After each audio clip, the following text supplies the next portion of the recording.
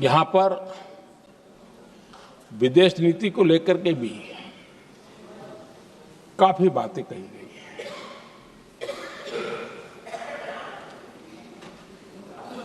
दुनिया के समर्थन को लेकर के भी काफी बातें कही गई हैं। मैं आज सदन में कुछ बातें पूरी स्पष्टता से कह रहा हूं। दुनिया में किसी भी देश ने भारत को अपनी सुरक्षा में कार्रवाई करने से रोका नहीं है।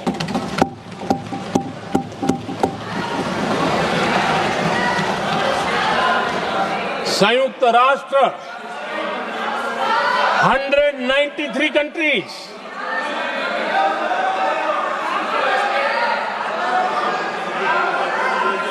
सिर्फ 3 देश 193 कंट्री में सिर्फ 3 देश ऑपरेशन सिंदूर के दौरान पाकिस्तान के समर्थन में बयान दिया था। Only 3 countries. क्वाड हो, ब्रिक्स हो, फ्रांस, रूस, जर्मनी, कोई भी देश का नाम ले लीजिए, तमाम देश दुनिया भर से भारत को समर्थन मिला है।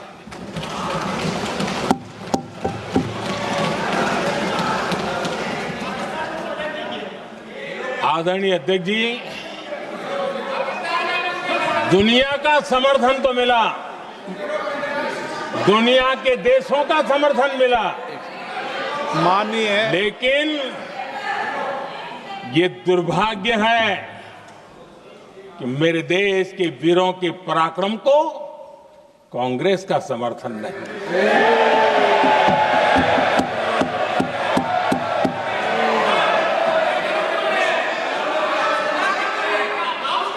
22 अप्रैल के बाद 22 अप्रैल के आतंकी हमले के बाद 3-4 दिन में ही ये उछल रहे थे और कहना शुरू कर दिया, कहां गई 56 इंच की छाती, कहां खो गया मोदी, मोदी तो फेल हो गया। क्या मजा ले रहे थे। उनको लगता है वाह बाजी मार ली। उनको पहलगाम के निर्दोष लोगों की हत्या में भी वो अपनी राजनीति तराशते थे।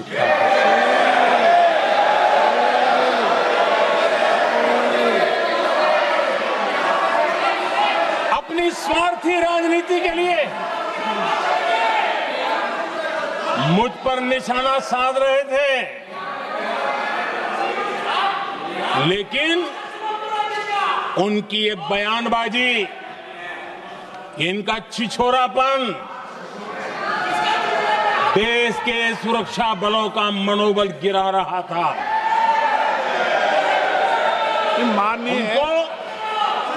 माननीय प्रतिपक्ष के नेता, 1 मिनट, प्रतिपक्ष के नेता आपकी बात सबने ध्यान से सुनी। आप बेटे कांग्रेस कर रहे हैं और कुछ नेताओं को पीछे से, ये उचित नहीं है आपके लिए। न भारत के सामर्थ्य पर भरोसा है और न ही भारत की सेनाओं पर।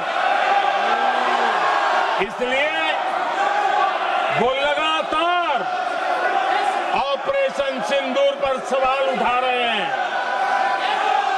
ऐसा करके आप लोग मीडिया में हेडलाइंस तो ले सकते हैं, लेकिन देशवासियों के दिलों में जगह नहीं बना सकते।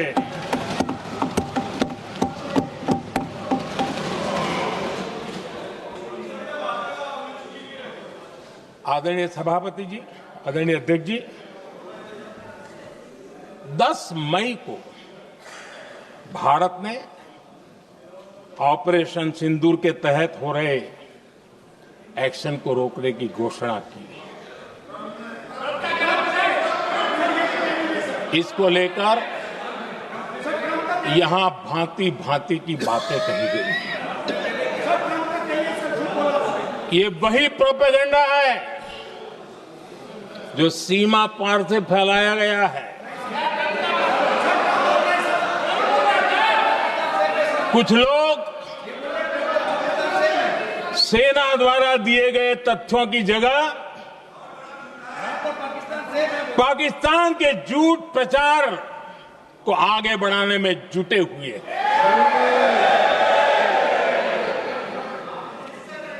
जबकि भारत का रुख हमेशा स्पष्ट रहा है।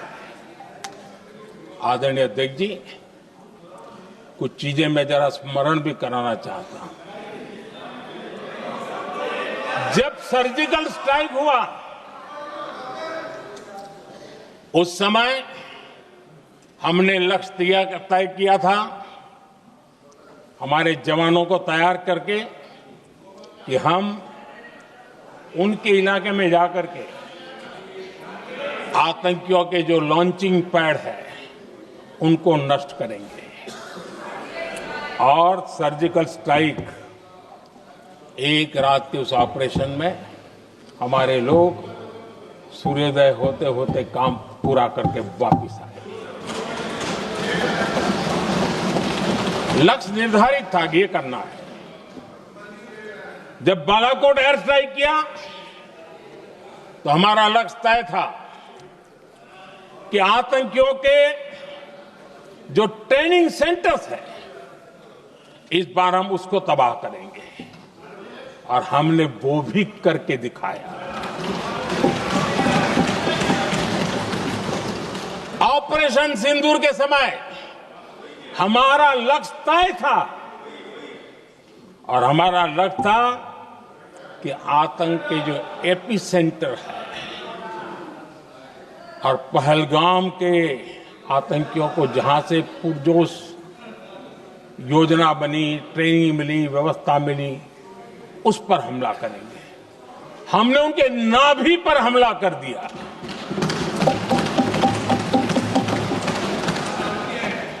जहां पहलगाम के आतंकियों का रिक्रूटमेंट हुआ, ट्रेनिंग होती थी, फंडिंग होता था, उन्हें टेक्निकल सपोर्ट मिलता था, शस्त्र सरंजाम मिलता था, उस जगह को आइडेंटिफाई किया और हमने सटीक तरीके से ऑपरेशन सिंदूर के तहत आतंकियों की नाभि पे प्रहार कर दिया।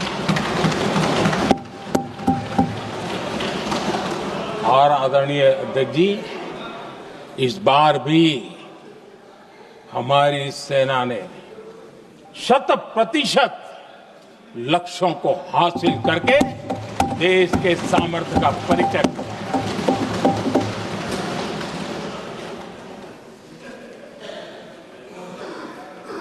कुछ लोग जानबूझकर के कुछ चीजें भूलने में इंटरेस्टेड होते हैं। देश भूलता नहीं है, देश को याद है।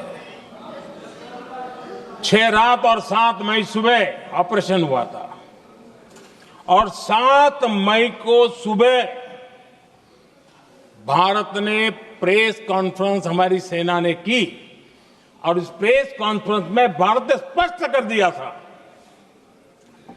और पहले दिन से क्लियर था कि हमारा लक्ष्य है आतंकियों के आका, आतंकियों की जो व्यवस्थाएं जहां से होती है वो, और उनके अड्डे, उनको हम ध्वस्त करना चाहते थे। और हमने प्रेस कॉन्फ्रेंस में कह दिया था, हमने हमारा काम कर दिया है, हमने जो तय किया था पूरा कर दिया है। और इसलिए 6-7 मई को ऑपरेशन हमारे हाथ संतोषजनक होने के तुरंत बाद, कल जो राजनाथ जी ने कहा था, मैं डंके की चोट पर दोबारा दोहराता हूं, भारत की सेना ने पाकिस्तान की सेना को चंद मिनटों में ही बता दिया कि हमारा ये लक्ष्य था, हमने ये लक्ष्य पूरा कर दिया है, ताकि उनको पता चले और हमें भी पता चले कि उनके दिल दिमाग में क्या चलता है।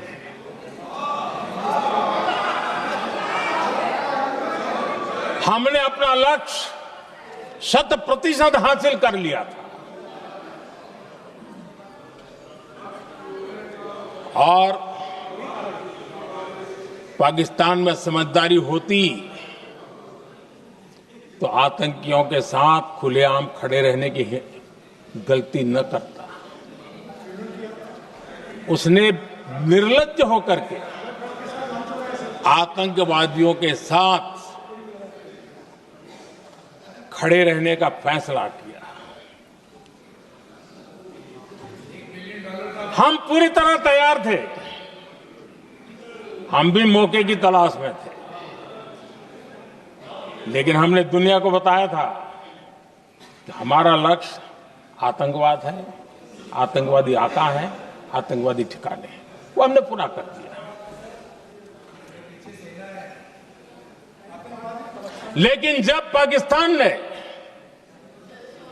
आतंकियों की मदद में आने का फैसला किया और मैदान में उतरने की हरकत की, तो भारत की सेना ने सालों तक याद रह जाए ऐसा करारा जवाब दे करके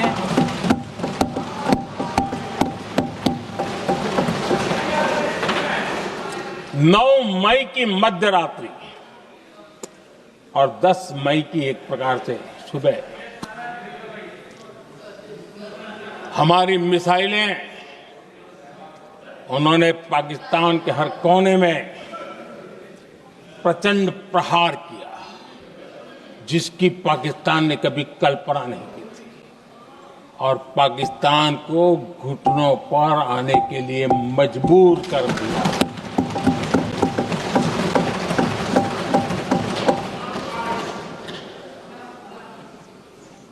और आपने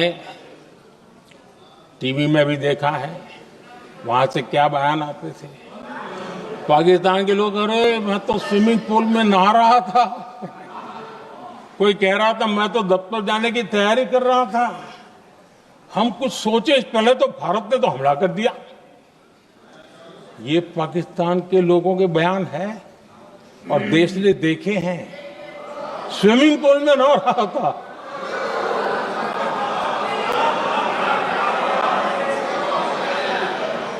और जब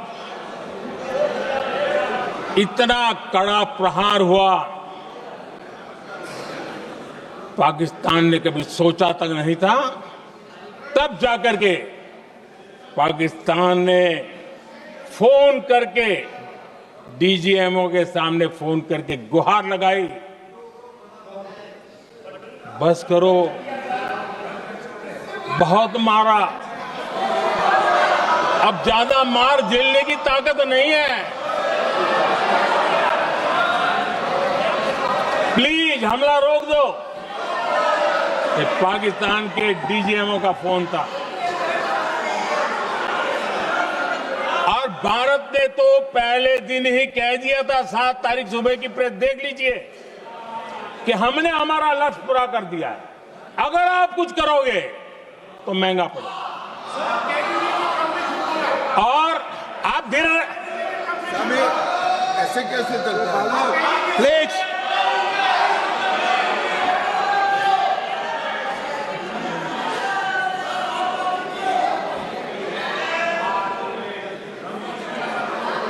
मैं आज दोबारा कह रहा हूं, ये भारत की स्पष्ट नीति थी, सुविचारित नीति थी, सेना के साथ मिलकर के तय की हुई नीति थी और वे ये थी कि हम आतंक, उनके आका, उनके ठिकाने, ये हमारा लक्ष्य है। और हमने कहा, पहले दिन प्रेस कॉन्फ्रेंस में कहा है कि हमारा एक्शन नॉन एक्सेलेटरी है, ये हमने कह करके किया है। और इसके लिए साथियों हमने हमला रोका। अध्यक्ष जी, दुनिया के किसी भी नेता ने भारत के ऑपरेशन रोकने के लिए नहीं कहा।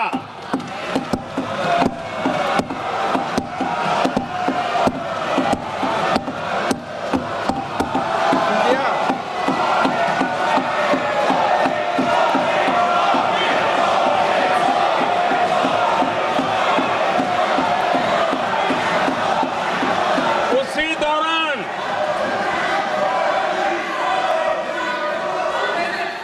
9 तारीख को रात को अमेरिका के उपराष्ट्रपति जी ने मुझसे बात करने का प्रयास किया। वो घंटे भर कोशिश कर रहे थे, लेकिन मेरी सेना के साथ मीटिंग चल रही थी, तो मैंने उनका फोन उठा नहीं पाया। बाद में मैंने उनको कॉल बैक किया। मैंने कहा कि आपका फोन था, 3-4 बार आपका फोन आ गया, क्या है?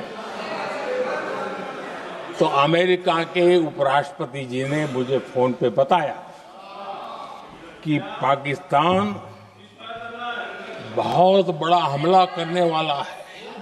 ये उन्होंने मुझे बताया। मेरा जो जवाब था, जिनको समझ नहीं आता है उनको तो नहीं आएगा,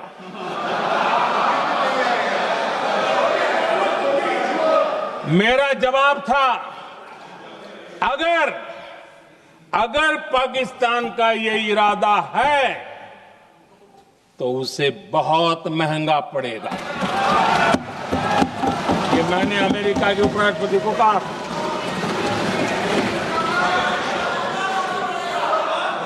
अगर पाकिस्तान हमला करेगा तो हम बड़ा हमला कर करके जवाब देंगे। ये मेरा जवाब था। और आगे मेरा एक वाक्य था, मैंने कहा था, हम गोली का जवाब गोले से देंगे। ये 9 तारीख रात की बात है, और 9 रात में और 10 सुबह हमने पाकिस्तान को सैन्य शक्ति को तहस नहस कर दिया था। और यही हमारा जवाब था, यही हमारा जज्बा था। और आज पाकिस्तान भी भली भांति जान गया है कि भारत का हर जवाब पहले से ज्यादा तगड़ा होता है।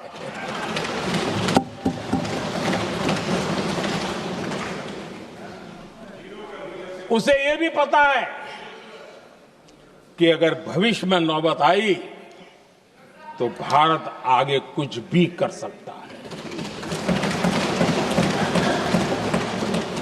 और इसलिए मैं फिर से लोकतंत्र के इस मंदिर में दोहराना चाहता हूं,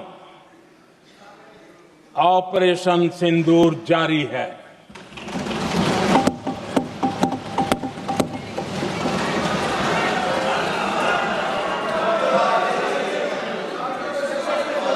पाकिस्तान ने दुस्साहस की अगर कल्पना की तो उसे करारा जवाब दिया जाएगा।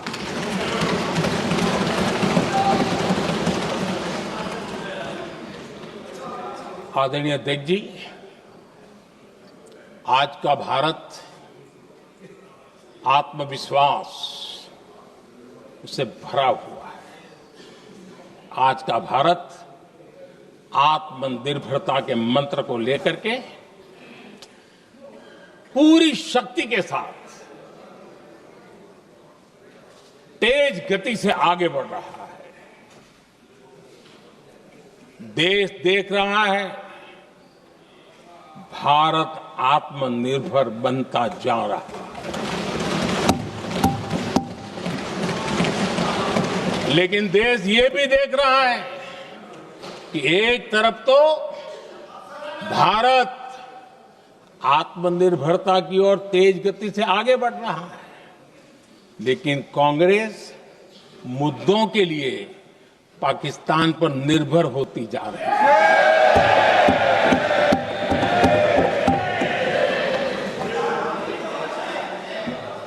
मैं आज पूरा दिन देख रहा था, जो 16 घंटे से जो चर्चा चल रही है, दुर्भाग्य से प्लीज बैठिए, सब जवाब दे दिया आपका, आप सुनते नहीं, सबका जवाब दे दिया, प्लीज। हाँ, दुर्भाग्य से सुनिए जवाब। कांग्रेस को पाकिस्तान के मुद्दे इंपोर्ट करने पड़ रहे हैं।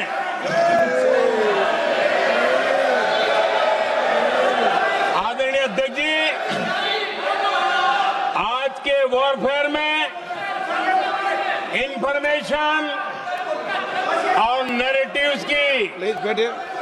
बहुत बड़ी भूमिका है।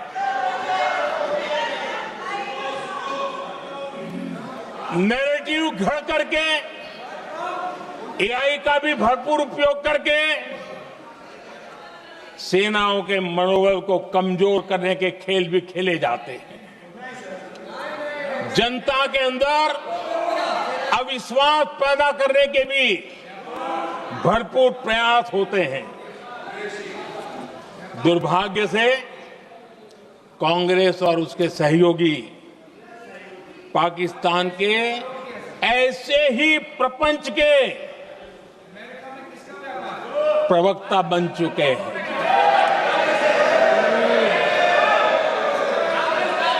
आदरणीय अध्यक्ष जी, देश की सेना ने, आदरणीय अध्यक्ष जी, ये तरीका है देश आपका? की सेना ने, बैठिए बैठिए। देश की भाई, सेना ने सुनते रहे। सर्जिकल स्ट्राइक की। बैठिए।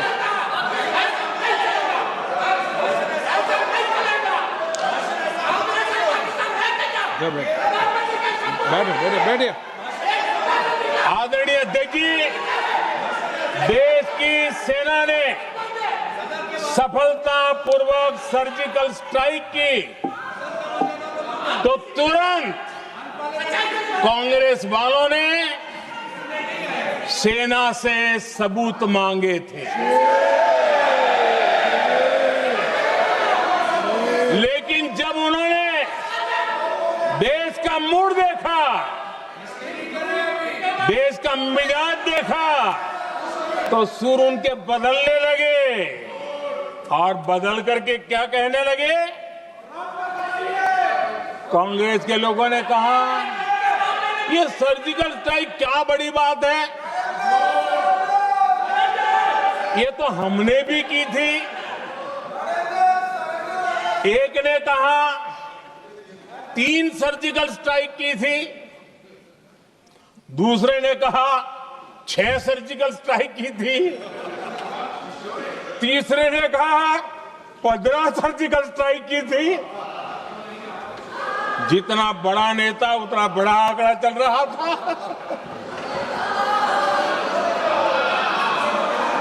आदरणीय अध्यक्ष जी, इसके बाद बालाकोट में सेना ने एयर स्ट्राइक की। अब एयर स्ट्राइक तो ऐसी थी कि वो कुछ कह नहीं सकते थे, इसलिए ये तो नहीं कहा कि भाई हमने भी की थी। उसमें तो उन्होंने समझदारी दिखाई, लेकिन फोटो मांगने लगे। एयर स्ट्राइक हुई तो फोटो दिखाओ, क्या कहां गिरा, क्या तोड़ा, कितना तोड़ा, कितने मरे, बस यही पूछते रहे। पाकिस्तान भी यही पूछता था, ये भी यही पूछते थे। इतना ही नहीं, आदरणीय अध्यक्ष जी, जब पायलट अभिनंदन पकड़े गए तो पाकिस्तान में तो खुशी का माहौल होना स्वाभाविक था कि उनके हाथ में भारतीय सेना का एक पायलट उनके हाथ लगा था। लेकिन यहां पर भी कुछ लोग थे जो कानों कानों में कह रहे थे, अब मोदी फंसा, अब अभिनंदन वहां आए, मोदी ला करके दिखा दे, अब देखते हैं मोदी क्या करता है। आज डंके की चोट पर अभिनंदन वापिस आए।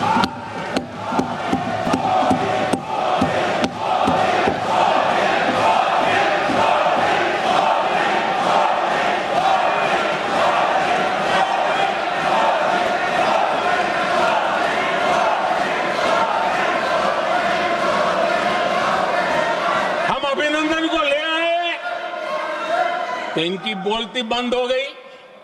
इनको लगा यार कि नसीब वाला आदमी है, हमारा हथियार हाथ से निकल गया। आदरणीय अध्यक्ष जी, पहलगाम हमले के बाद हमारा बीएसएफ का एक जवान पाकिस्तान के कब्जे में गया, तो फिर इनको लगा वाह बड़ा मुद्दा हाथ में आ गया है, अब मोदी फंस जाएगा। अब तो मोदी की फजीयत जरूर होगी और उनकी इकोसिस्टम ने सोशल मीडिया में बहुत सारी कथाएं वायरल की कि ये बीएसएफ के जवान का क्या होगा, उसके परिवार का क्या होगा, ये वापस आएगा, कब आएगा, कैसे आएगा, न जाने क्या क्या चला दिया। आदरणीय अध्यक्ष जी, बीएसएफ का वो जवान भी आन बान शान के साथ वापस आया।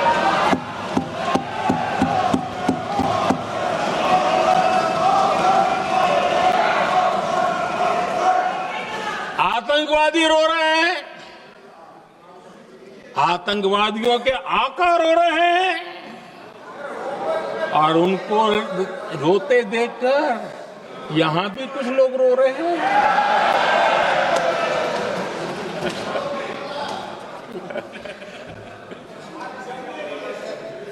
अब देखिए, सर्जिकल स्ट्राइक में सर्जिकल स्ट्राइक चल रही थी, उसके बाद उन्होंने एक खेल खेलने की कोशिश की, बात जमी नहीं।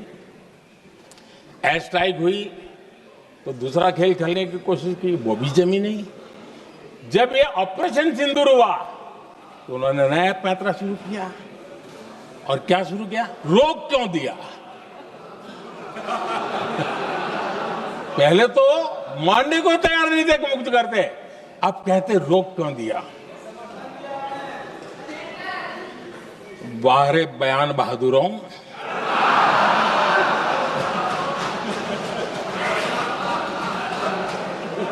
आपको विरोध का कोई न कोई बहाना चाहिए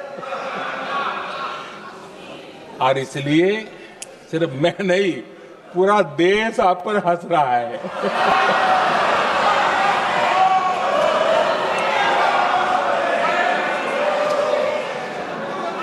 आदरणीय अध्यक्ष जी, सेना का विरोध, सेना के प्रति एक पता नहीं नेगेटिविटी, ये कांग्रेस का पुराना रवैया रहा है। देश ने अभी अभी करगिल विजय दिवस मनाया, लेकिन देश पूरी तरह जानता है कि उनके कार्यकाल में और आज तक करगिल के विजय को कांग्रेस ने अपनाया नहीं है। न करगिल विजय दिवस मनाया है, न करगिल विजय का गौरव किया। इतिहास साक्षी है अध्यक्ष जी। जब डोकलाम में सैन्य हमारा शौर्य दिखा रहा था, तब कांग्रेस के नेता चुपके चुपके किससे ब्रीफिंग लेते थे वो सारी दुनिया अब जान गई।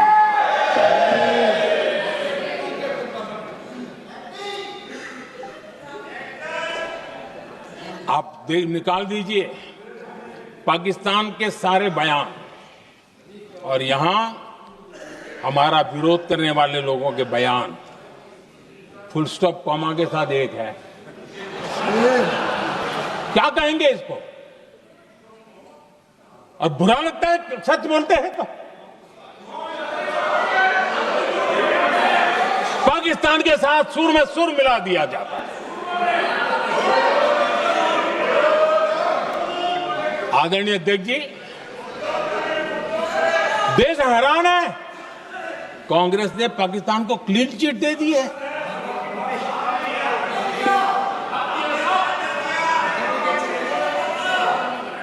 उनकी ये हिम्मत, और इनकी आदत जाती नहीं है, ये हिम्मत कि पहलगाम के आतंकी पाकिस्तानी थे, इसका सबूत दो।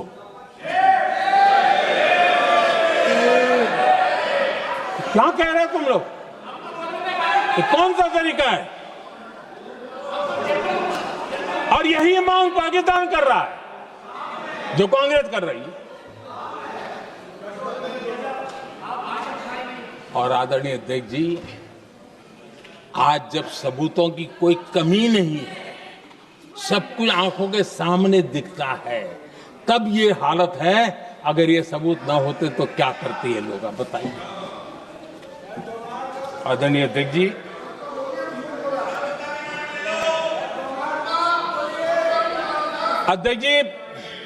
ऑपरेशन सिंदूर के एक पार्ट की तरफ तो चर्चा भी बहुत होती है, ध्यान भी जाता है, लेकिन देश के लिए कुछ गौरव की क्षणें होती हैं, ताकत के परिचय होता है, उसकी तरफ भी ध्यान जाना बहुत आकर्षित है। हमारे एयर डिफेंस सिस्टम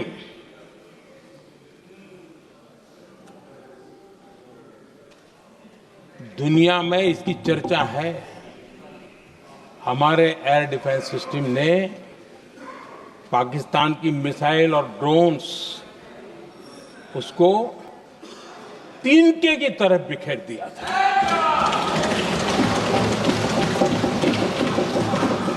आदरणीय अध्यक्ष जी, मैं एक आंकड़ा आज बताना चाहता हूं,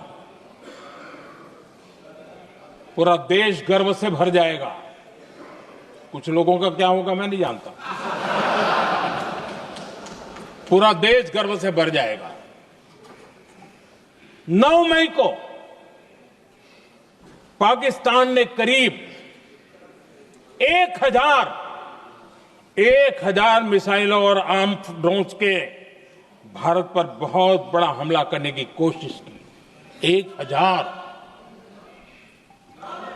ये मिसाइलें भारत के किसी भी हिस्से पर गिरती तो वहां भयंकर तबाही मचती,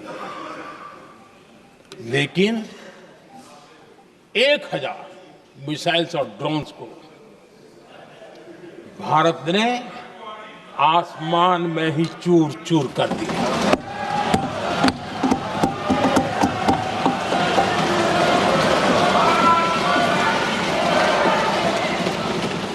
हर देशवासी को इससे गर्व हो रहा, लेकिन जैसे कांग्रेस के लोग इंतजार कर रहे थे, कुछ तो गड़बड़ होगी यार, मोदी मरेगा, कहीं तो फंसेगा।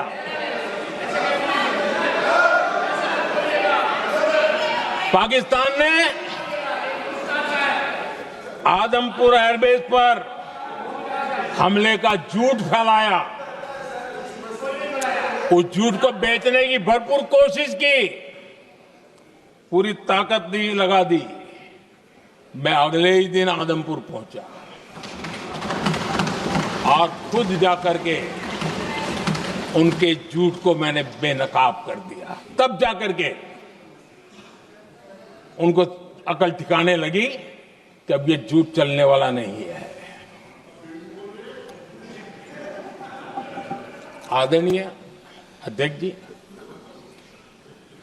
जो हमारे छोटे दलों के साथी हैं, जो राजनीति में नए हैं, उनको कभी शासन में रहने का अवसर नहीं मिला, उनसे कुछ बातें निकलती मैं समझ सकता हूं, लेकिन कांग्रेस पार्टी ने इस देश में लंबे समय तक राज किया है, उसको शासन की व्यवस्थाओं का पूरा पता है, उन चीजों से वो निकले हुए लोग हैं, उनके लिए शासन व्यवस्था क्या होती इसकी समझ पूरी है, अनुभव है उनके पास। उसके बाद भी विदेश मंत्रालय तुरंत जवाब दे, उसको स्वीकारना नहीं। विदेश मंत्री जवाब दे, इंटरव्यू दे, बार बार बोले, उसको स्वीकारना नहीं। गृह मंत्री बोले, रक्षा मंत्री बोले, किसी पर भरोसा नहीं। जिसने इतने सालों तक राज किया, उनको देश की व्यवस्थाओं पर अगर भरोसा नहीं है, तब शक उठता है कि क्या हालत हो गई है इनकी। आदरणीय अध्यक्ष जी, अब कांग्रेस का भरोसा पाकिस्तान के रिमोट कंट्रोल से बनता है और बदलता है।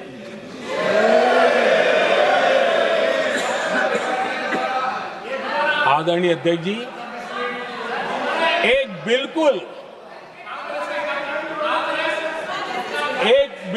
कांग्रेस के नए सदस्य, यानी उनको तो क्षमा करनी चाहिए, नए सदस्य को क्या कहेंगे, लेकिन कांग्रेस के आका जो उनको लिख करके देते हैं और उनसे बुलवाते हैं, खुद में हिम्मत नहीं है, उनसे बुलवाते हैं कि ऑपरेशन सिंदूर ये तो तमाशा था, ये आतंकवादियों ने जिन 26 लोगों को मौत के घाट उतारा था ना, उस भयंकर क्रूर घटना पर ये तेजाब छिड़कने वाला पाप है। तमाशा कहते हो? आपकी असहमति हो सकती है, और ये कांग्रेस के नेता बुलवाते हैं।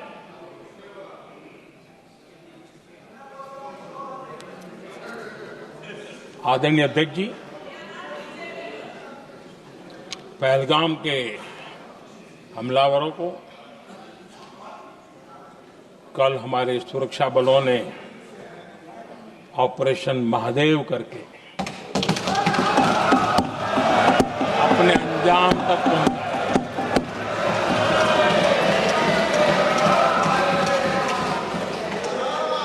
लेकिन मैं हैरान हूं कि यहां ठहाके लगा के पूछा गया कि आखिर कल ही क्यों हुआ।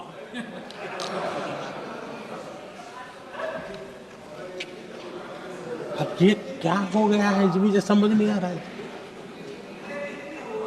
क्या ये ऑपरेशन के लिए कोई सावन महीने का सोमवार ढूंढा गया था क्या? क्या हो गया है इन लोगों को? हताशा, निराशा इस हद तक।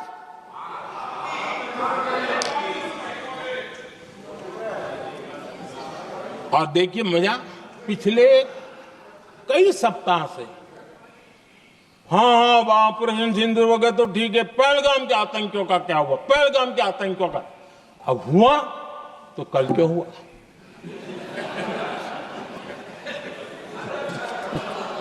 और कल ही क्यों हुआ? क्या हाल है अध्यक्ष जी का। आदरणीय अध्यक्ष जी,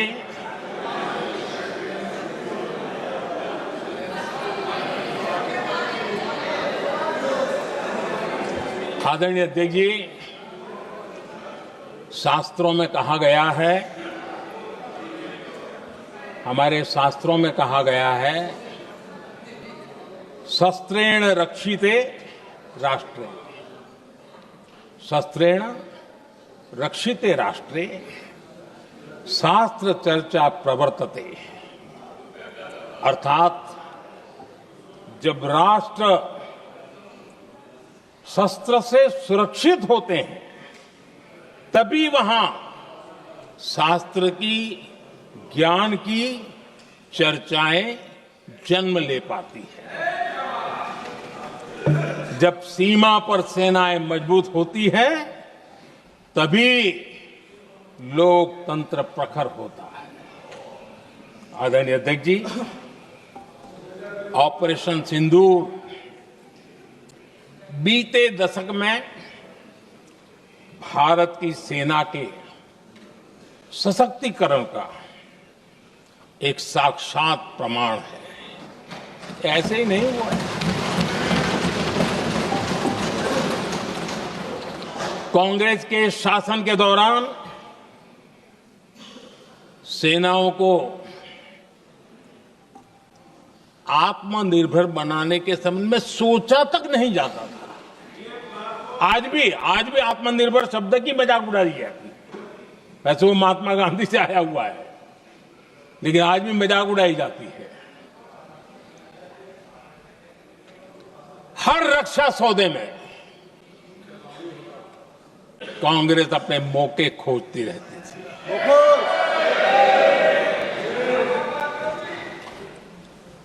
छोटे छोटे हथियारों को लिए विदेशों पर निर्भरता, ये इनका कार्यकाल रहा है।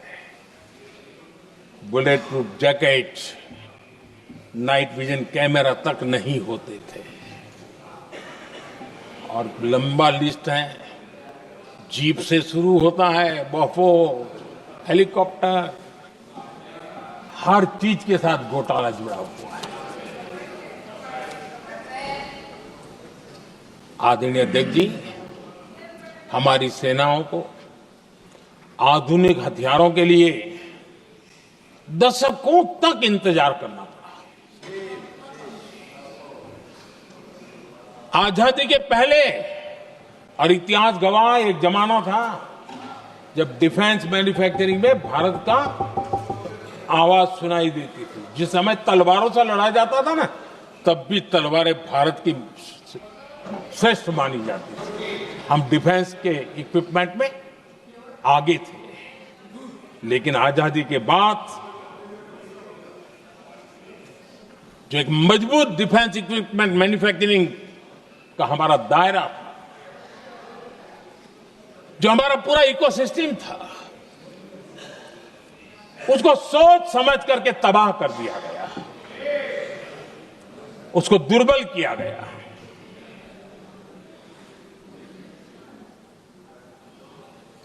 रिसर्च और मैन्युफैक्चरिंग के लिए रास्ते बंद कर दिए गए। अगर इसी नीति पर हम चलते तो भारत इस 21वीं सदी में ऑपरेशन सिंदूर के संबंध में सोच भी नहीं सकता। यह हालत करके रखा हुआ था उन्होंने। भारत को सोचना पड़ता कि अगर कोई एक्शन लेना है तो शस्त्र कहां से मिलेंगे, साधन कहां से मिलेगा, बारूद कहां से मिलेगा, समय पर मिलेगा नहीं मिलेगा, बीच बचाव में रुकता नहीं जाएगा, ये टेंशन पालना पड़ता है।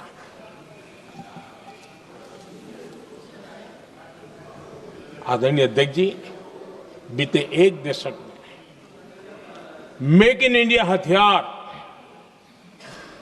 सेना को मिले, उन्होंने इस ऑपरेशन में बहुत निर्णायक भूमिका निभाई।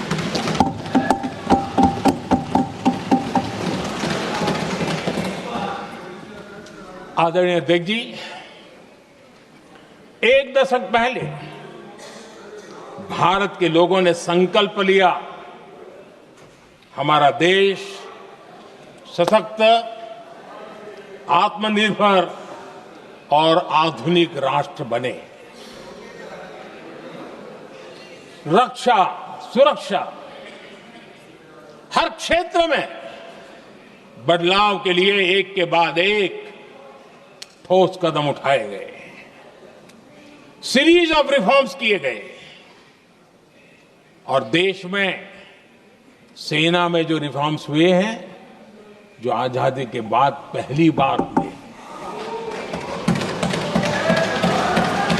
चीफ ऑफ डिफेंस स्टाफ की नियुक्ति, ये विचार कोई नया नहीं था, दुनिया में प्रयोग भी चलते हैं, भारत में निर्णय नहीं होते थे। हमने, ये बहुत बड़ा रिफॉर्म था, हमने किया, और बहुत ही मैं हमारी तीनों सेनाओं का अभिनंदन करता हूं कि इस व्यवस्था को उन्होंने दिल से सहयोग किया है, दिल से स्वीकार किया है। सबसे बड़ी ताकत ज्वाइंटनेस और इंटीग्रेशन की।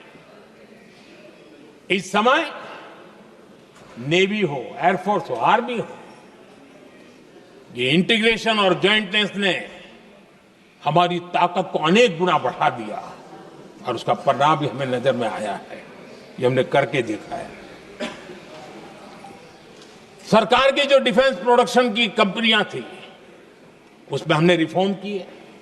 शुरुआत में वहां पर आग लगाना, आंदोलन करवाना, हड़तालें करवाने के खेल चल रहे थे, अभी भी बंद नहीं हुए हैं।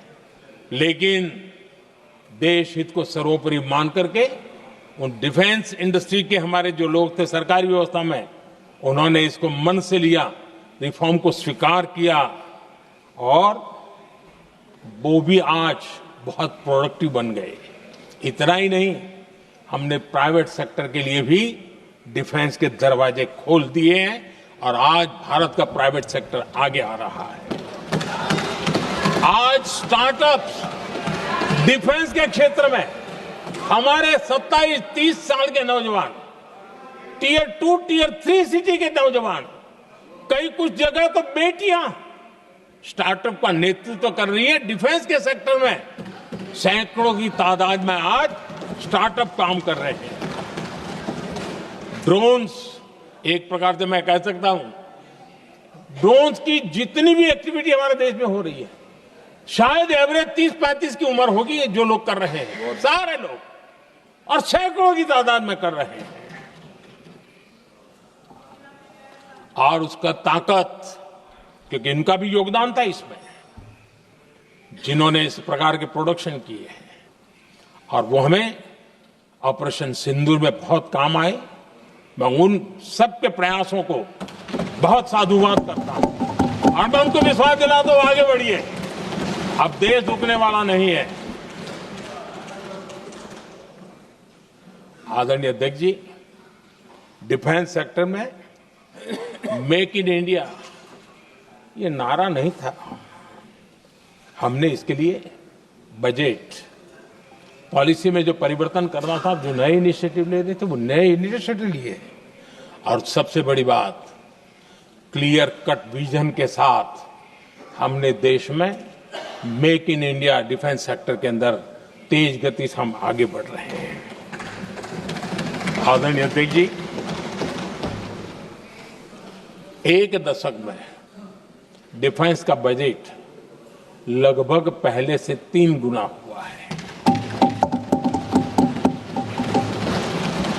डिफेंस प्रोडक्शन में करीब करीब 250% वृद्धि हुई है, 250% वृद्धि हुई है। 11 वर्षों में डिफेंस एक्सपोर्ट 30 गुना से भी ज्यादा बढ़ा है, 30 गुना से ज्यादा। डिफेंस एक्सपोर्ट आज दुनिया के करीब 100 देशों तक हम पहुंचे। और आदरणीय अध्यक्ष जी, कुछ चीजें ऐसी होती हैं जो इतिहास में बहुत बड़ा प्रभाव छोड़ती हैं। ऑपरेशन सिंदूर ने डिफेंस का जो मार्केट है उसमें भारत का झंडा गाड़ दिया है। भारत के हथियारों की डिमांड आज बढ़ती चली जा रही है, मांग बढ़ रही है। ये भारत में उद्योगों को भी बल देगी, एमएसएमई को बल देगी, हमारे नौजवानों को रोजगार देगी और हमारे नौजवान अपनी बनाई चीजों से दुनिया में अपनी ताकत का प्रदर्शन कर पाएंगे। ये आज दिख रहा है, मैं देख रहा हूं। डिफेंस के क्षेत्र में जो आत्मनिर्भर भारत की दिशा में हम जो कदम उठा रहे हैं, मैं हैरान हूं। कुछ लोगों को आज भी तकलीफ हो रही है, जैसे उनका खजाना लूट गया। ये कौन सी मानसिकता है? देश को ऐसे लोगों को पहचानना होगा। आदरणीय अध्यक्ष जी, मैं स्पष्ट करना चाहता हूं, डिफेंस में भारत का आत्मनिर्भर होना ये आज की शस्त्रों की स्पर्धा में के काल में विश्व शांति के लिए भी जरूरी है।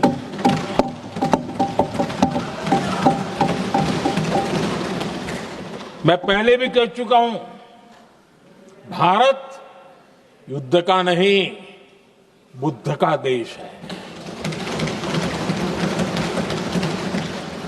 हम समृद्धि, शांति चाहते हैं,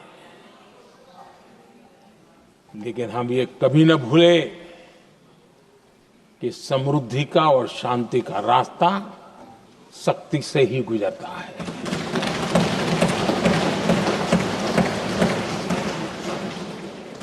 आदरणीय अध्यक्ष जी, हमारा भारत छत्रपति शिवाजी महाराज, महाराजा रणजीत सिंह, राजेंद्र चोला, महाराणा प्रताप, लसित बोरफुकन और महाराजा सुहेलदेव का देश है।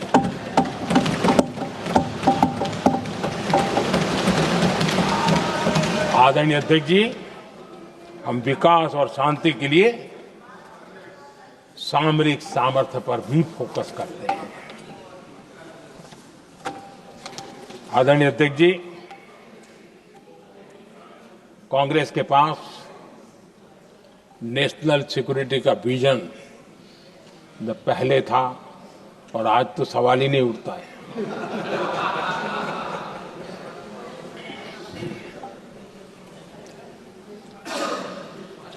कांग्रेस ने हमेशा नेशनल सिक्योरिटी पर समझौता किया। आज जो लोग पूछ रहे हैं पीओके को वापस क्यों नहीं लिया, वैसे ये सवाल मुझे ही पूछ सकते हैं और किसको पूछ सकते हैं।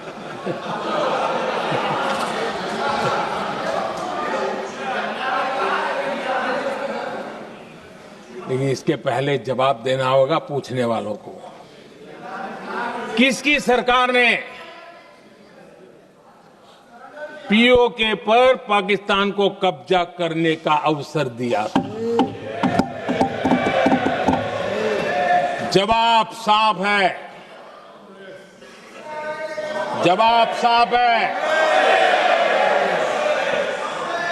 जब भी मैं नेहरू जी की चर्चा करता हूं तो कांग्रेस और उसका पूरा इकोसिस्टम बिलबिला जाता है।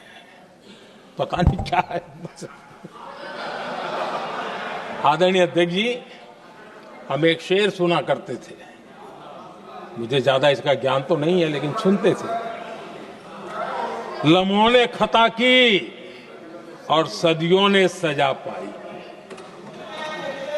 आजादी के बाद से ही जो फैसले लिए गए उनकी सजा आज तक देश भुगत रहा है।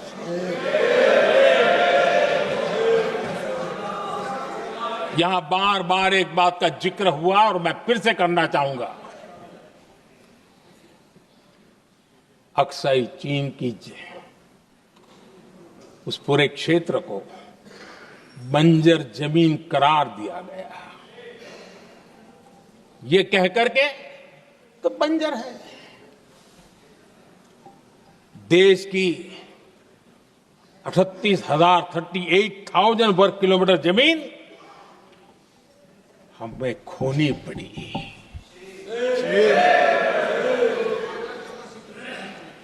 आदरणीय अध्यक्ष जी, मैं जानता हूं मेरी कुछ बातें चुभने वाली है। 1962 और 1963 के बीच कांग्रेस के नेता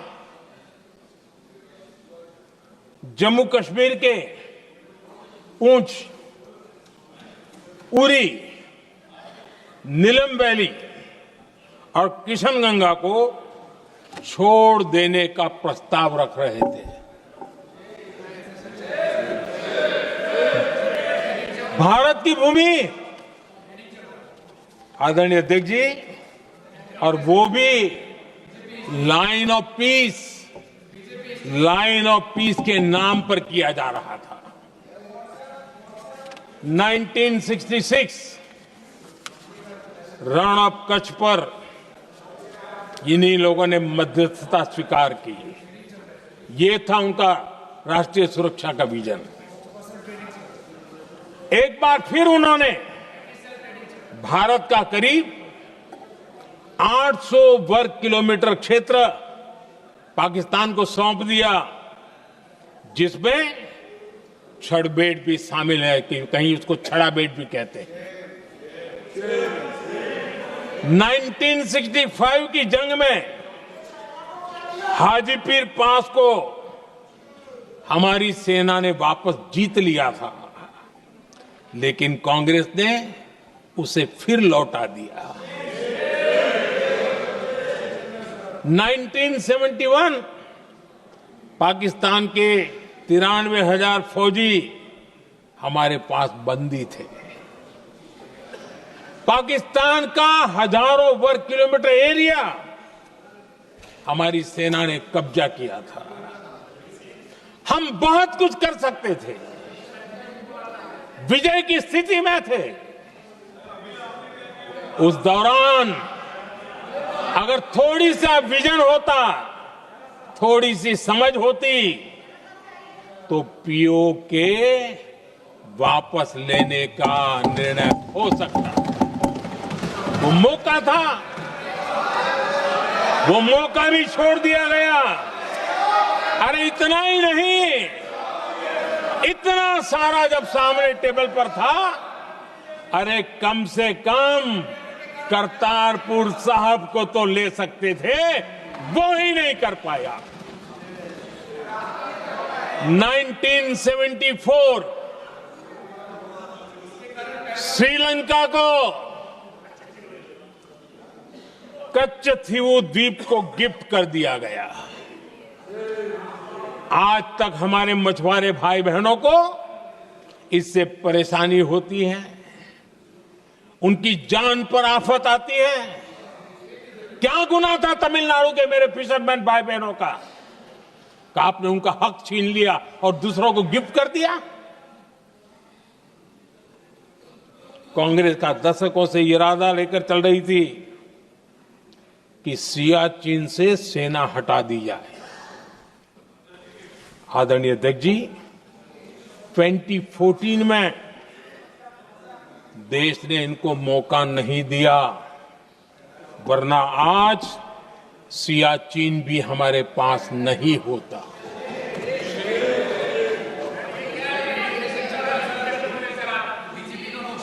आदरणीय अध्यक्ष जी, आजकल कांग्रेस के जो लोग हमें डिप्लोमेसी का पाठ पढ़ा रहे हैं, मैं उन्हें उनकी डिप्लोमेसी याद दिलाना चाहता हूं, ताकि उनको भी कुछ याद रहे, पता चले। 26/11 जैसे भयंकर हमले के बाद बहुत बड़ा आतंकी हमला था। कांग्रेस का पाकिस्तान से प्रेम नहीं रुका। इतनी बड़ी घटना 26/11 की हुई थी। विदेशी दबाव में हमले के कुछ हफ्तों के भीतर ही कांग्रेस सरकार ने पाकिस्तान से बातचीत शुरू कर दी। आदरणीय अध्यक्ष जी, कांग्रेस सरकार ने 26/11 की इतनी बड़ी घटना के बाद भी एक भी डिप्लोमेट को भारत से बाहर निकालने की हिम्मत नहीं की। छोड़ो इधर, एक वीजा तक कैंसिल नहीं किया, एक वीजा तक कैंसिल नहीं कर पाए थे। देश पर पाकिस्तानी स्पॉन्सर बड़े बड़े हमले होते गए, लेकिन यूपीए सरकार ने पाकिस्तान को मोस्ट फेवर्ड नेशन का दर्जा देकर रखा था। वो कभी वापस नहीं लिया था। एक तरफ देश मुंबई के हमले का लिए न्याय मांग रहा था, दूसरी तरफ कांग्रेस पाकिस्तान के साथ व्यापार करने में लगी थी।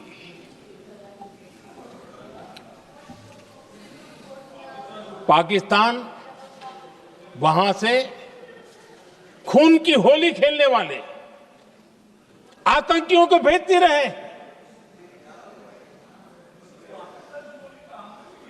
और कांग्रेस यहां अमन की आश के मुशायरे किया करती थी। मुशायरे होते थे। हमने आतंकवाद और अमन की आस का ये वन वे ट्रैफिक बंद कर दिया।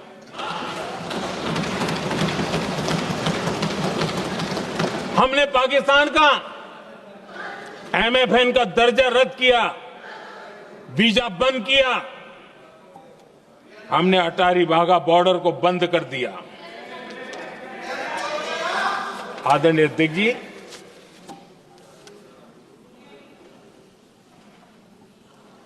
भारत के हितों को गिरवी रख देना ये कांग्रेस की पार्टी की पुरानी आदत है। इसका सबसे बड़ा उदाहरण सिंधु जल समझौता है।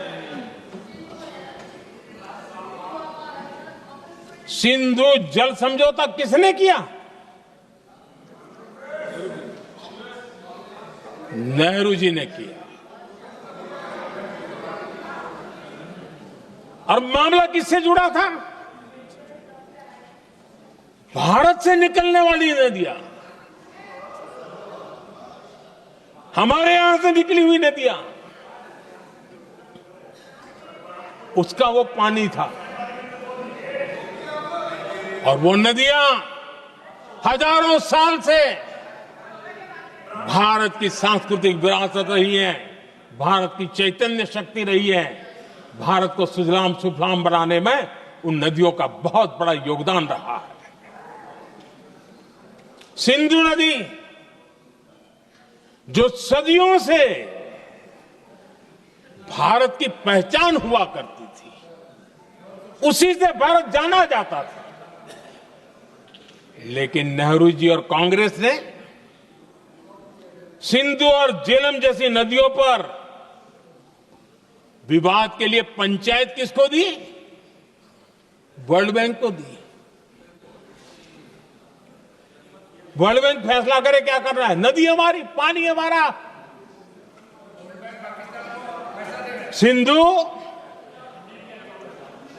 सिंधु जल समझौता सीधा सीधा भारत की अस्मिता और भारत के स्वाभिमान के साथ किया गया बहुत बड़ा धोखा था।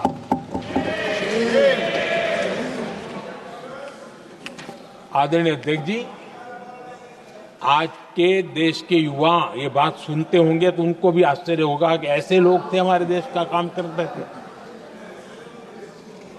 नेहरू जी ने इस ट्रीटी करी और क्या किया? ये जो पानी था, जो नदियां थी, जो भारत से निकल रही थी, उन्होंने 80% पानी पाकिस्तान को देने के लिए वो राजी हो गए। और इतना बड़ा हिंदुस्तान, उसको सिर्फ 20% पानी। कोई मुझे समझाए भाई ये कौन सी बुद्धिमानी थी? कौन सा देश हित था? कौन सी डिप्लोमेसी थी? क्या हालत करके बना के रखा था आप लोगों ने? इतनी बड़ी आबादी वाला हमारा देश, हमारे यहां से निकलती हुई ये नदियां, और सिर्फ 20% पानी, और 80% पानी उन्होंने उसको दिया जो देश खुलेआम भारत को अपना दुश्मन करार कर देता रहा है, दुश्मन कहता रहा। और ये पानी पर किसका हक था? हमारे देश के किसानों का, हमारे देश के नागरिकों का। हमारा पंजाब, हमारा जम्मू कश्मीर देश के एक बहुत बड़े हिस्से को इन्होंने पानी के संकट में धकेल दिया, इस एक कारण से। और राज्यों के भीतर भी पानी को लेकर के आपस में संघर्ष पैदा हुई है, प्रतिस्पर्धा पैदा हुई, और उनका जिस पर हक था उस पर पाकिस्तान मौज करता रहा और ये दुनिया में अपनी डिप्लोमेसी के पाठ पढ़ाते रहते हैं। आदरणीय अध्यक्ष जी, अगर ये ट्रीटी न होती तो पश्चिमी नदियों पर कई बड़ी परियोजनाएं बनती। पंजाब, हरियाणा, राजस्थान और दिल्ली, वहां के किसानों को भरपूर पानी मिलता, पीने के पानी की कोई समस्या नहीं रहती। औद्योगिक प्रगति के लिए भारत बिजली बना पाता। इतना ही नहीं, नेहरू जी ने इसके उपरांत करोड़ों रुपए भी दिए ताकि पाकिस्तान नहर बना सके।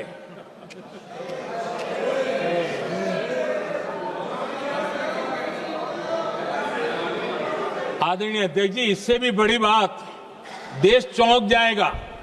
ये चीजें छिपाई गई है, दबा दी गई है। कहीं भी बांध बनता है तो उसमें एक मैकेनिज्म होता है उसकी सफाई का, डीसिल्टिंग का। उसमें जो मिट्टी भर जाती है, बाकी घास वगैरह आकर के भर जाता है तो उसकी कैपेसिटी कम होती है, तो उसकी सफाई के लिए यानी इनबिल्ट व्यवस्था होती है। नेहरू जी ने पाकिस्तान के कहने पर यह शर्त स्वीकार की है कि इन बांध में जो मिट्टी आएगी, कूड़ा कचरा आएगा और बांध भर जाएगा, इसकी सफाई नहीं कर सकते, डीसिल्टिंग नहीं कर सकते हैं। बांध हमारे यहां, पानी हमारा, लेकिन निर्णय पाकिस्तान का कि आप डीसिल्टिंग नहीं कर सकते। इतना ही नहीं, जब इस बार मैं डिटेल में गया तो एक बांध तो ऐसा है कि जहां ये डीसिल्टिंग के लिए जो गेट होता है ना, उसको वेल्डिंग कर दिया गया है ताकि कोई गलती से भी खोल करके वो मिट्टी को निकाल ना दे। पाकिस्तान ने नेहरू जी से लिखवा लिया था कि भारत बिना पाकिस्तान की मर्जी अपने बांधों में जमा होने वाली मिट्टी साफ नहीं करेगा, डीसिल्टिंग नहीं करेगा।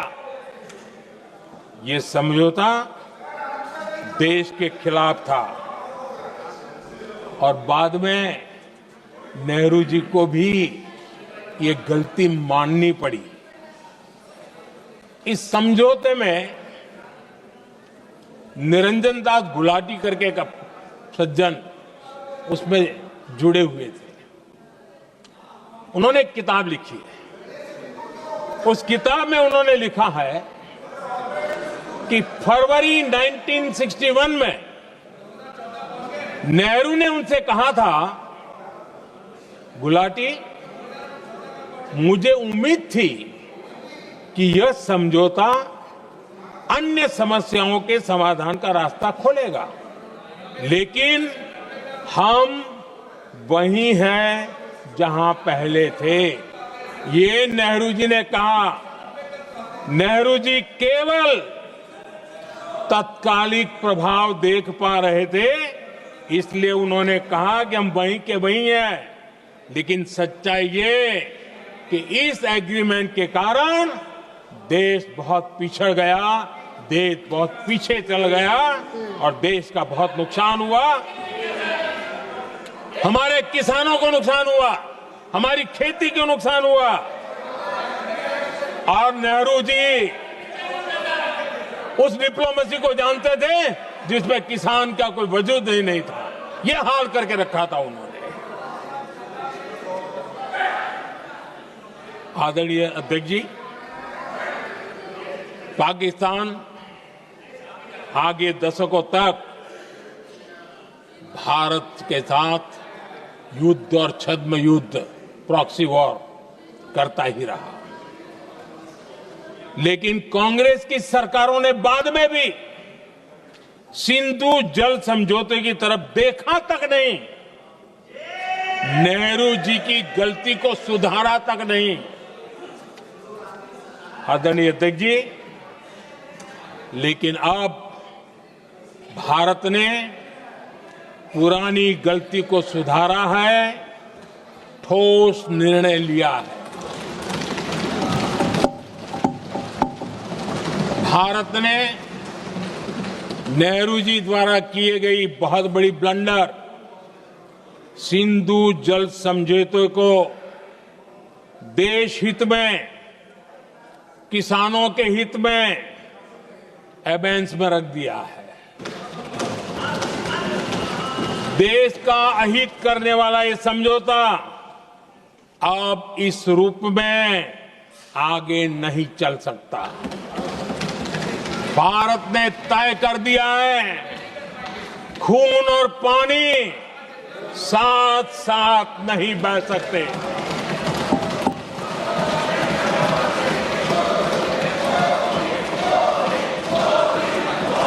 माननीय सदस्य, आप बहुत देर हो गई, आप उपनेता हैं, ये तरीका आप बैठे बैठे टोकते हैं, प्लीज, ये शोभा नहीं देता आपके लिए। बैठिए बैठिए बैठिए आदरणीय, बैठिए, शोभा नहीं देता आपका। अध्यक्ष जी, आप उपनेता, अपनी मर्यादा बना के रखें। चल बैठिए। वहां बैठे साथी आतंकवाद पर लंबी लंबी बातें करते हैं। जब ये सत्ता में था, जुड़े हुए हैं। जब इनको राज करने का अवसर मिला था, तब देश का हाल क्या है, क्या रहा था, वो आज भी देश भूला नहीं है। 2014 से पहले देश में असुरक्षा का जो माहौल था, अगर वो आज याद भी करे ना, तो लोग सिहर जाते हैं। आदरणीय अध्यक्ष जी, हम सबको याद है, जो नई पीढ़ी के बच्चे हैं उनको पता नहीं है, हम सबको पता है। हर जगह पर अनाउंसमेंट होता था, रेलवे स्टेशन पर जाओ, बस स्टैंड पर जाओ, एयरपोर्ट पर जाओ, बाजार में जाओ, मंदिर में जाओ, कहीं पर भी जाओ, जहां भी भीड़ होती है, कोई भी लावारिस चीज दिखे छूना मत, पुलिस को तुरंत जानकारी देना, वो बम हो सकता है। हम 2014 तक यही सुनते आए थे, ये हालात करके रखा था। देश के कोने कोने में यही हाल था। माहौल ये था कि जैसे कदम कदम पर बम बिछे हैं और खुद को ही नागरिकों ने बचाना है, उन्होंने हाथ ऊपर कर दिए थे, अनाउंस कर दिया। आदरणीय अध्यक्ष जी, कांग्रेस की कमजोर सरकारों के कारण देश को कितनी जानें गंवानी पड़ी, हमें अपनों को खोना पड़ा। आदरणीय अध्यक्ष जी, आतंकवाद पर लगाम लगाई जा सकती थी। हमारी सरकार ने 11 साल में ये करके दिखाया, एक बहुत बड़ा सबूत है। 2004 से 14 के बीच जो आतंकी घटनाएं होती थी, उन घटनाओं में बहुत बड़ी कमी आई है। इसलिए देश भी जानना चाहता है, अगर हमारी सरकार आतंकवाद पर नकेल कस सकती है, तो कांग्रेस सरकारों की ऐसी कौन सी मजबूरी थी कि आतंकवाद को फलने फूलने दिया। आदरणीय अध्यक्ष जी, कांग्रेस के राज में आतंकवाद अगर फला फूला है, तो उसका एक बड़ा कारण इनकी तुष्टीकरण की राजनीति है, वोट बैंक की राजनीति है। जब दिल्ली में बाटला हाउस एनकाउंटर हुआ, कांग्रेस के एक बड़ी नेता के आंख में आंसू थे, आतंकवादी मारे गए इसके कारण। और वोट पाने के लिए इस बात को हिंदुस्तान के कोने कोने में पहुंचाया गया। आदरणीय अध्यक्ष जी, 2001 में देश की संसद पर हमला हुआ था। तब कांग्रेस के एक बड़े नेता ने अफजल गुरु को बेनिफिट ऑफ डाउट देने की बात कही थी। आदरणीय अध्यक्ष जी, मुंबई में 26/11 का इतना बड़ा आतंकी हमला हुआ, एक पाकिस्तानी आतंकी जिंदा पकड़ा गया। पाकिस्तान की मीडिया ने, दुनिया ने यह स्वीकार किया कि यह पाकिस्तानी है।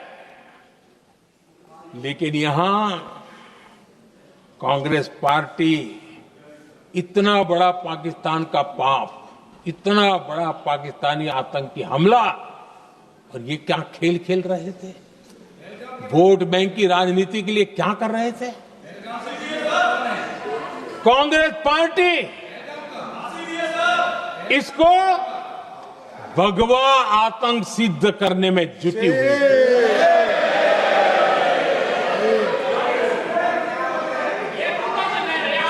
कांग्रेस दुनिया को हिंदू आतंकवाद की छड़ी बेचने में लगी हुई थी। कांग्रेस के एक नेता ने अमेरिका के बड़े राजनयिक को यहां तक कह दिया था कि लश्कर-ए तोयबा से भी बड़ा खतरा भारत के हिंदू ग्रुप है। यह कहा गया था। तुष्टीकरण के लिए कांग्रेस ने जम्मू कश्मीर में भारत का संविधान, बाबा साहब आंबेडकर का संविधान, उसे जम्मू कश्मीर में पैर नहीं रखने दिए। इन्होंने घुसने नहीं दिया, उसे बाहर रखा। तुष्टीकरण और वोट बैंक की राजनीति के लिए कांग्रेस हमेशा देश की सुरक्षा को बलि चढ़ाती रही। आदरणीय अध्यक्ष जी, तुष्टीकरण के लिए ही कांग्रेस ने आतंकवाद से जुड़े कानूनों को कमजोर किया। गृहमंत्री जी ने आज विस्तार से सदन में कहा है, इसलिए मैं इसको रिपीट करना नहीं चाहता। आदरणीय अध्यक्ष जी, मैंने इस सत्र की शुरुआत में आग्रह किया था, मैंने कहा था कि दल हित में हमारे मत मिले न मिले, दल हित में हमारे मत मिले न मिले, देश हित में हमारे मन जरूर मिलने चाहिए। पहलगाम की विभीषिका ने हमें गहरे घाव दिए हैं, उसने देश को झकझोर दिया है। इसके जवाब में हमने ऑपरेशन सिंदूर किया तो सेनाओं के पराक्रम ने, हमारे आत्मनिर्भर अभियान ने देश में एक सिंदूर स्पिरिट पैदा किया है।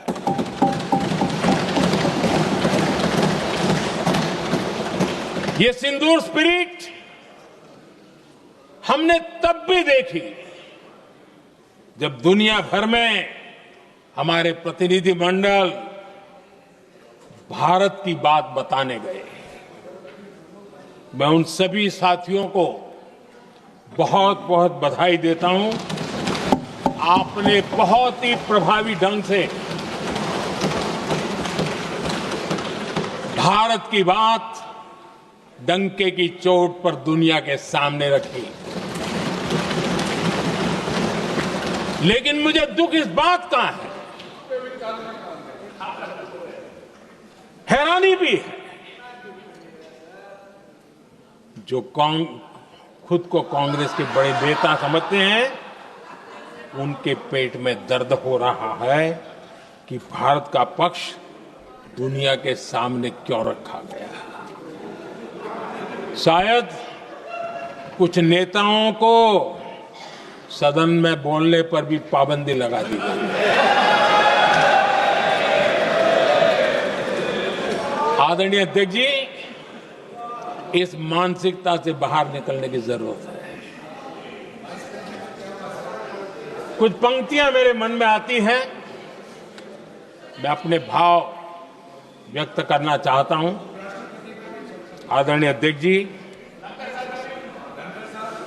करो चर्चा और इतनी करो, करो चर्चा और इतनी करो कि दुश्मन दहशत से दहल उठे। दुश्मन दहशत से दहल उठे। रहे ध्यान बस इतना ही, रहे ध्यान बस इतना ही, मान सिंदूर और सेना का प्रश्नों में भी अटल रहे। हमला मां भारती पर हुआ अगर, तो प्रचंड प्रहार करना होगा। दुश्मन जहां भी बैठा हो, हमें भारत के लिए ही जीना होगा। मेरा कांग्रेस के साथियों से आग्रह है कि एक परिवार के दबाव में पाकिस्तान को क्लीन चिट देना बंद कर दें। जो देश की विजय की क्षण है, कांग्रेस उसे देश के उपहास का क्षण न बनाए। कांग्रेस अपनी गलती सुधारें। मैं आज सदन में फिर स्पष्ट करना चाहता हूं, अब भारत आतंकी नर्सरी में ही आतंकियों को मिट्टी में मिलाएगा।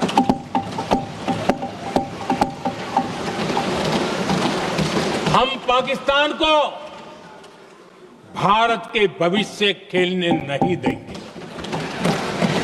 और इसलिए ऑपरेशन सिंदूर खत्म नहीं हुआ है, ऑपरेशन सिंदूर जारी है। और ये पाकिस्तान के लिए भी नोटिस है। वो जब तक भारत के खिलाफ आतंक का रास्ता रोकेगा नहीं, तब तक भारत एक्शन लेता रहेगा। भारत का भविष्य सुरक्षित और समृद्ध होगा, यही हमारा संकल्प है।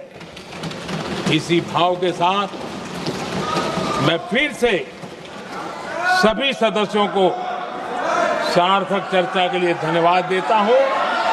और आदरणीय अध्यक्ष जी, मैंने भारत का पक्ष रखा है, भारत के लोगों की भावनाओं को व्यक्त किया है। मैं सदन का फिर से आभार व्यक्त करता हूं। बहुत बहुत धन्यवाद।